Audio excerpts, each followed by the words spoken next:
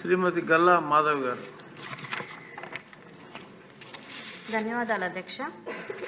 కూటమి ప్రభుత్వం ఏర్పడినప్పటి నుండి ఈ గంజాయి డ్రగ్స్ యొక్క రాకపోకలపై ఉక్కుపాదం మోపాలనే దృఢ సంకల్పంతో చర్యలు చేపడుతున్నారు అధ్యక్ష.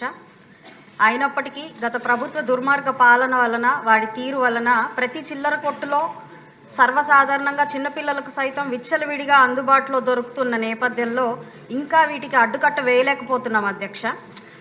రాష్ట్రంలో ఉద్యోగ కల్పన, ఉపాధి కల్పన యువతకు ఎలా ఇవ్వాలి అని తపన పడుతున్న కూటమి ప్రభుత్వం ఉన్నప్పుడు కానీ ప్రశ్నించే గొంతుగా, దేశ శక్తిగా ఉండాల్సిన యువతని అన్ని విధాలా నిర్వీర్యం చేసి ఈరోజు ప్రతి నియోజకవర్గానికి ఒక రీహాబిలిటేషన్ సెంటరు, టీ అడిక్షన్ సెంటర్స్ అత్యవసరంగా ఏర్పాటు చేసుకోవాల్సిన దుస్థితిని ఈ రాష్ట్రానికి తీసుకొచ్చారు అధ్యక్ష గత పాలకులు.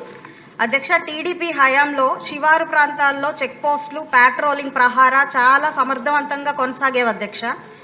గడిచిన 5 ఏళ్లలో ఈ తరహా నిఘాని పూర్తిగా తీసేయడం జరిగింది అధ్యక్ష. పట్టపగలే జనావాసాల మధ్య ఈ గంజాయి డ్రగ్స్ సేకరణ విపరీతంగా జరుగుతున్నది అధ్యక్ష. మీ ద్వారా మంత్రివర్యుల్ని కోరుతున్నాను అధ్యక్ష. పూర్తిగా అర్బన్ ప్రాంతం అవడం వల్ల మా ఈ ప్రాంతంలో స్టూడెంట్స్, అదేవిధంగా బయట ప్రాంతాల నుంచి వచ్చే వాసులు చాలామంది ఉండడం వలన వీటి పట్ల, ఈ వినియోగం పట్ల అవగాహన ఏర్పాటు చేయాలి అధ్యక్ష. అదేవిధంగా విపరీతమైన డ్రగ్స్ ఈరోజు వాడుతున్న నేపథ్యంలో బోల్డెన్ అరెస్టులు కూడా జరుగుతున్నాయి అధ్యక్ష. ఎన్నో రకాలుగా పేపర్లో చూస్తున్నాం అధ్యక్ష మా నియోజకవర్గం నుంచి.